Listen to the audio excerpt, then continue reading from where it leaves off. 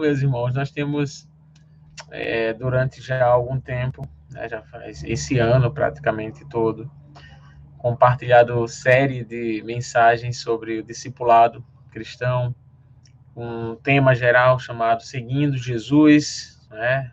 São lições e princípios sobre o discipulado cristão. Nós temos conversado da importância do discipulado, nós temos dito que discipular é caminhar lado a lado, discipular é quando a gente caminha junto, discipular é a conversa do dia a dia.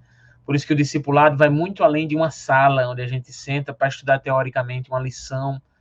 Discipulado é mostrar no dia a dia às pessoas como é seguir a Jesus, ao mesmo tempo que nós precisamos ser um exemplo e ensinar para as pessoas sobre graça também, porque as pessoas que caminham conosco vão conhecer alguém, vão conhecer que não somos perfeitos, que erramos, enfim, discipulado envolve tudo isso. E então nós, como é maravilhoso, né, aprender sobre discipulado, caminhar dia a dia ao lado do Senhor Jesus. E aí, a gente já conversou, eu disse isso para vocês, sobre Bíblia, oração, sobre como temos que ter disciplina nas questões da nossa vida espiritual, enfim, vários assuntos que envolvem o discipulado. E nessas últimas semanas, nós temos conversado sobre compartilhar a fé.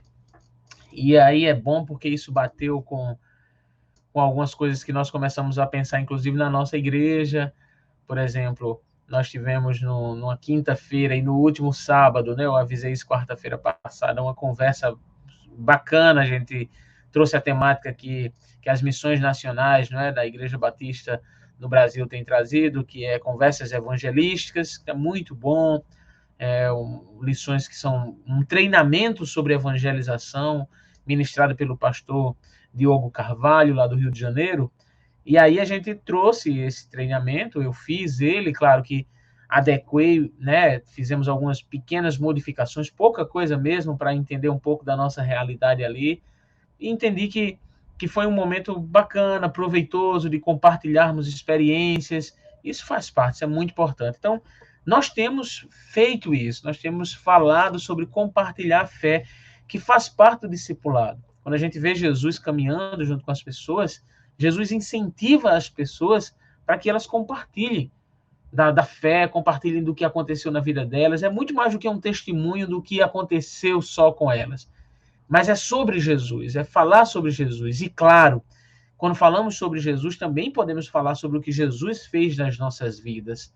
Mas lembrando que compartilhar a fé é tudo sobre o Senhor Jesus, é ensinar sobre o Senhor Jesus e é caminhar junto com as pessoas, dizendo a elas que elas também têm que falar do Senhor Jesus para outras pessoas. Fazer discípulos, né, numa visão de multiplicação mesmo, como o Senhor Jesus, como a Bíblia ensina, é a ideia de que eu consigo ensinar alguém sobre Cristo e a pessoa que eu ensinei sobre Cristo vai ensinar a outra pessoa sobre Cristo e aí a outra pessoa que aprendeu também vai ensinar a outra e assim a gente cria multiplica, não é? Isso é o discipulado, é ensinar sobre Cristo, isso é muito importante.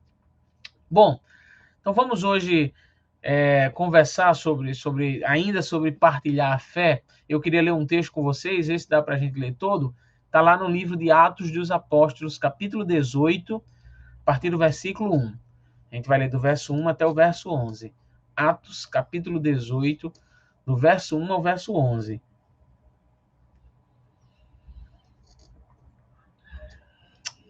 Para aprendermos algumas lições desse texto aqui sobre partilhar a fé.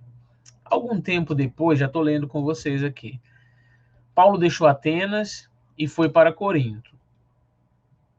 Ali ele encontrou um judeu chamado Áquila, natural do Ponto, que havia chegado recentemente da Itália com sua esposa, Priscila, depois que Cláudio César expulsou todos os judeus de Roma. Paulo foi morar e trabalhar com eles, pois eram fabricantes de tendas, como Paulo, né, como ele. Todos os sábados, Paulo ia à sinagoga e buscava convencer tanto judeus como gregos. Depois que Silas e Timóteo chegaram da Macedônia, Paulo se dedicou totalmente à pregação da palavra e testemunhavam aos judeus que Jesus era o Cristo. Mas quando eles se opuseram a Paulo e o insultaram, ele sacudiu o pó da roupa e disse: vocês são responsáveis por sua própria destruição. Eu sou inocente, de agora em diante pregarei aos gentios. Então saiu dali e foi para a casa de Tício Justo, um gentil temente a Deus que morava ao lado da sinagoga. Crispo, o líder da sinagoga, e toda a sua família creram no Senhor. E muitos outros em Corinto também ouviram Paulo e creram e foram batizados. O próximo. Certa noite, o Senhor falou a Paulo em visão: não tenha medo, continue a falar e não se cale, pois eu estou com você, ninguém o atacará nem lhe fará mal, porque muita gente nessa cidade me pertence. Então Paulo permaneceu ali 1 ano e meio ensinando a palavra de Deus. Pronto, só até aí. Gente, esse texto é maravilhoso para nos ensinar lições sobre o compartilhar da nossa fé. Eu não sei se alguns de vocês já ficou meio que chateado, porque a gente às vezes insiste, tá compartilhando o evangelho com alguém, e a pessoa que a gente está compartilhando o evangelho, tipo, a pessoa não quer saber, não se importa, não, enfim, rejeita, e ainda nós podemos encontrar pessoas que, além de não querer ouvir, meio que caçoam, né, insultam e até blasfemam. Isso a gente está falando de Brasil. É claro que existem lugares e contextos aí que tem pessoas que não só rejeitam, mas pessoas que perseguem, prendem aqueles que falam da palavra de Deus, ou mesmo até matam em alguns lugares, infelizmente, pessoas que compartilham a palavra de Deus, países onde o evangelho é totalmente proibido de ser pregado. Agora,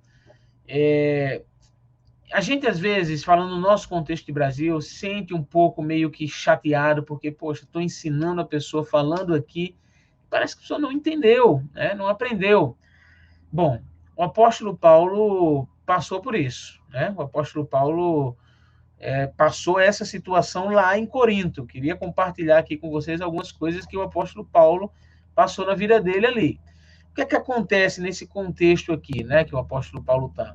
Paulo chegou na cidade de Corinto quase no final da sua segunda viagem missionária. Paulo teve 3 viagens missionárias e Paulo chegou em Corinto quase no final da sua segunda viagem missionária. A cidade de Corinto era uma cidade com muitas coisas erradas.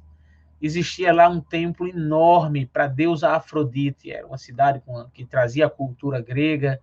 Tem alguns historiadores que dizem que nesse templo eles cultuavam de forma muito depravada, enfim, coisas terríveis aconteciam para cultuar a deusa Afrodite.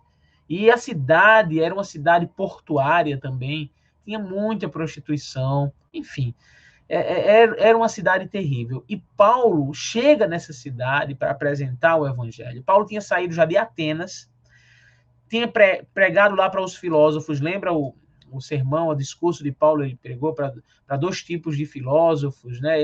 Ele usa de sabedoria quando ele fala do altar desconhecido que tinha lá. E aí ele foi para Corinto. Chegando em Corinto, ele encontra, nós lemos aí, Áquila e Priscila, 2 amigos, companheiros de ministério de Paulo, que abençoaram a vida dele. Paulo tinha o seu trabalho, era fabricante de tendas, uma profissão extremamente comum naquela época. E Paulo começa a trabalhar com eles, né?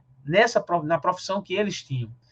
Todos os sábados, Paulo ia de forma comum para a sinagoga e pregava na sinagoga e falava do evangelho na sinagoga. Ele ainda conseguia fazer isso. Quando Silas e Timóteo chegam, possivelmente devem ter trazido manutenção para Paulo, possivelmente. E aí Paulo se dedica, o texto diz que Paulo se dedica exclusivamente à pregação do evangelho. Ele parou momentaneamente de fazer tendas, para não só no sábado, mas para pregar o evangelho todos os dias. O que é que acontece? O texto é interessante, né? Diz que o povo resiste e o povo blasfema, o povo insulta o apóstolo Paulo. O povo insulta o evangelho que Paulo estava pregando. O apóstolo Paulo fica irado. Ele fica realmente chateado. E ele usa uma expressão muito forte, muito veemente, quando ele usa a expressão que diz aqui no versículo 6, mas quando eles se opuseram a Paulo e o insultaram, ele sacudiu o pó da sua roupa e disse: vocês são responsáveis por sua própria destruição. Eu sou inocente e agora em diante. Eu pregarei apenas aos gentios. Na verdade, tem algumas traduções mais tradicionais que dizem que mostra o texto dizendo, Paulo dizendo que o vosso sangue seja sobre a vossa cabeça. É a mesma coisa, ele está dizendo, vocês são responsáveis pela sua própria destruição. Só que Paulo está com muita raiva. Ele já sai de Atenas, ele já estava sem ter tantos resultados como queria. Ele chega em Corinto, o povo blasfema contra ele, o povo resiste ao evangelho. Ele usa essa expressão forte, vocês são responsáveis, vocês estão se autodestruindo.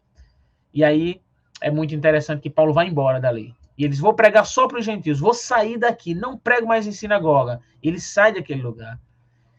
Mas é interessante como Deus mostra ao apóstolo Paulo que as coisas no anúncio do evangelho não são como nós queremos. Não era como Paulo queria. Não era do jeito que Paulo tinha planejado também.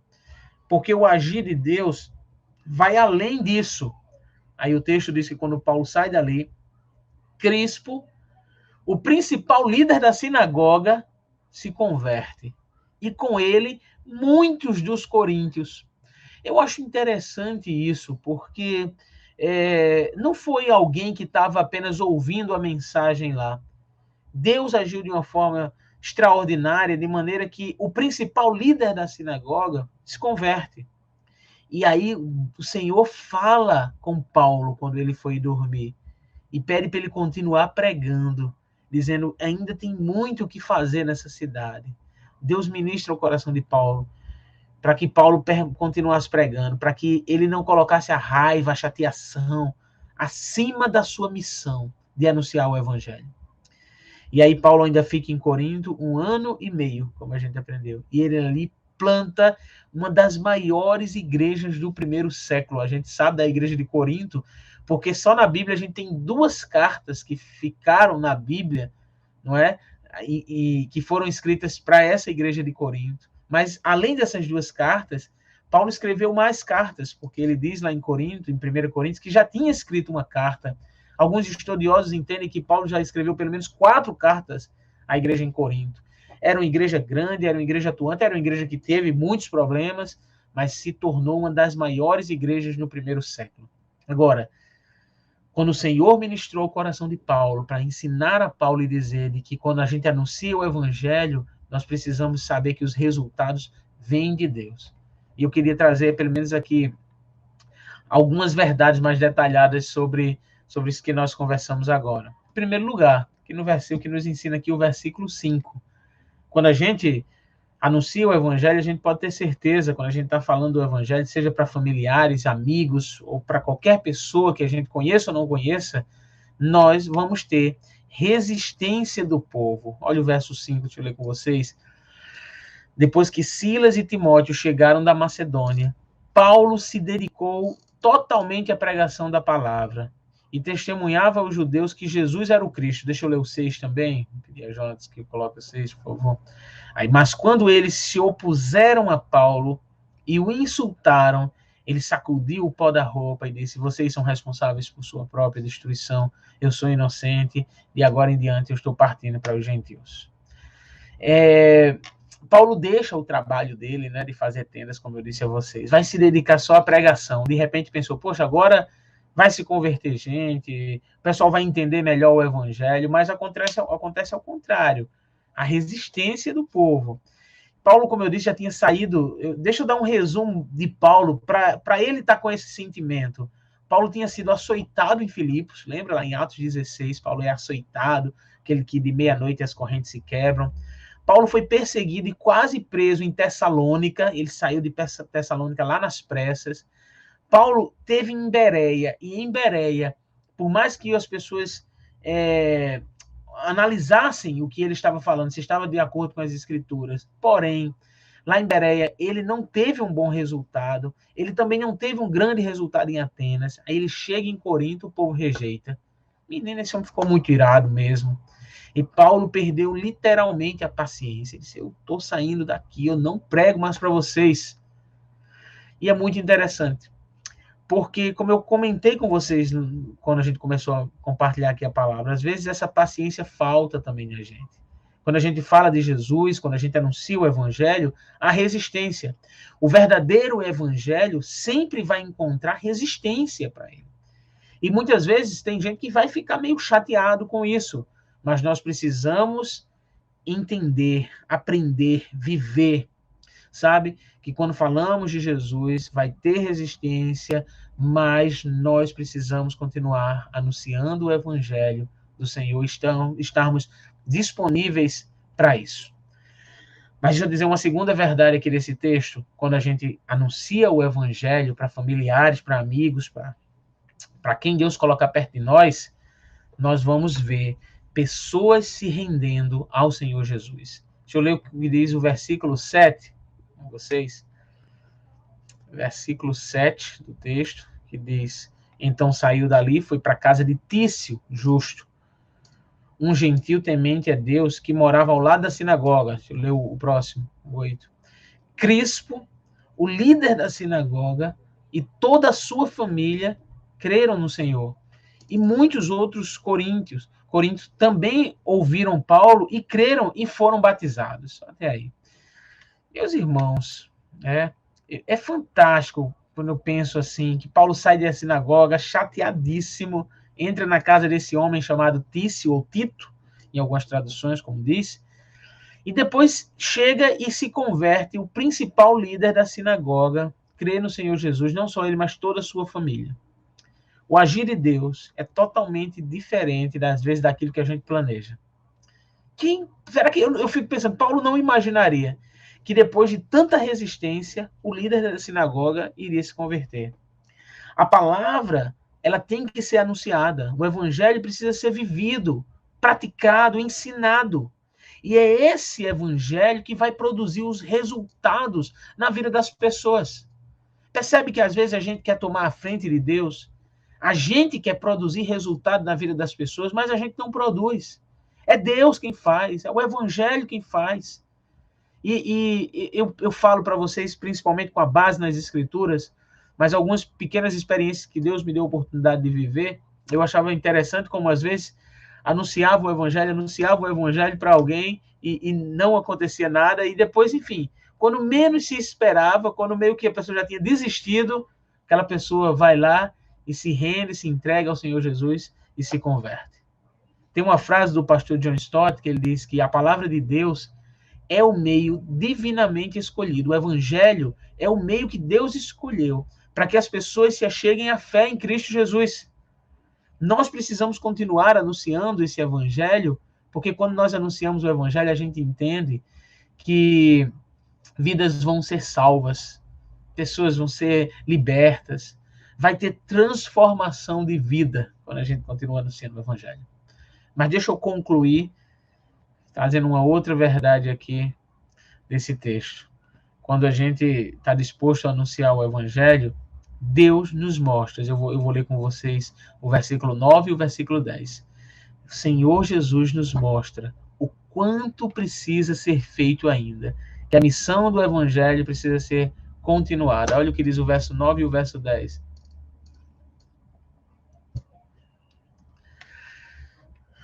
Certa noite, o Senhor falou a Paulo numa visão. Não tenha medo. Continue a falar. Não se cale. Pois eu estou com você. Ninguém o atacará nem lhe fará mal. Porque muita gente nessa cidade me pertence. Eita, meus irmãos. Esse texto sempre causa sempre me causa muita emoção quando eu penso ali no contexto que Paulo estava vivendo. Tinha desistido de anunciar o evangelho lá para aquela cidade. Tinha desistido de anunciar o evangelho para o pessoal de Corinto. Não queria fazer isso. Interessante que o líder da sinagoga se converte, a família dele também, e depois muitos outros coríntios se convertem. Paulo chega ali e o Senhor fala com ele, Paulo, continue a falar e não te cales. E essa palavra é a palavra do Senhor para as nossas vidas. Continue a falar, não te cales.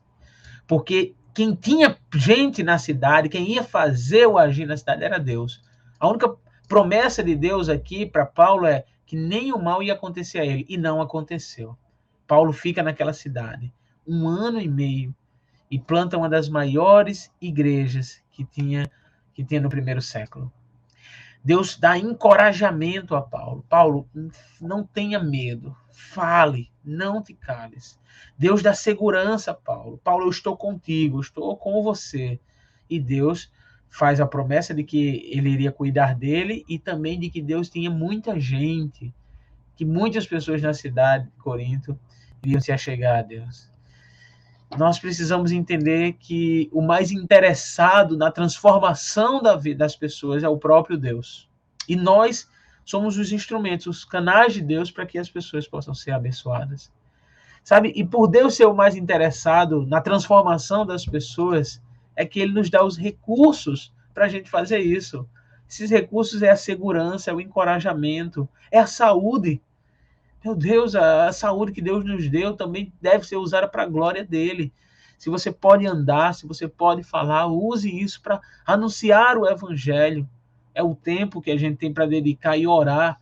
Orar por missionários, orar por pessoas que estão anunciando o evangelho, mas orar pelas pessoas que nós estamos anunciando também o evangelho. Deus, uma oração desse tipo mesmo. Deus, vai ao encontro daquela pessoa. Deus, quebrante aquele coração. Eu gosto de dizer, eu disse isso no sábado para o pessoal da igreja. Amolece, é uma expressão bem da gente do Nordeste. Amolece aquele coração, quebranta o coração. Salve. Deus, orar. Orar, abençoa a casa, abençoa a família daquela pessoa. Orar, abre as portas de emprego. Enfim, isso faz parte. Deus nos deu para fazer isso. Deus nos deu recursos, capacidade de anunciar o evangelho, de falar de Cristo. Nós precisamos, então, fazer isso, porque quanto mais a gente anuncia o evangelho, mais a gente vai entendendo que a necessidade desse evangelho ser anunciado. O evangelho é o meio que Deus escolheu para a transformação real na vida das pessoas. Eu espero que nós possamos continuar anunciando esse evangelho. Deus tem colocado pessoas perto de nós para que nós possamos continuar dizendo para elas, com a nossa vida, com as nossas palavras, discipulando, caminhando junto com elas, mas nós possamos continuar anunciando para elas que o Senhor Jesus é o Senhor Todo-Poderoso, o Senhor de todas as coisas, e quer ser Senhor da vida delas também.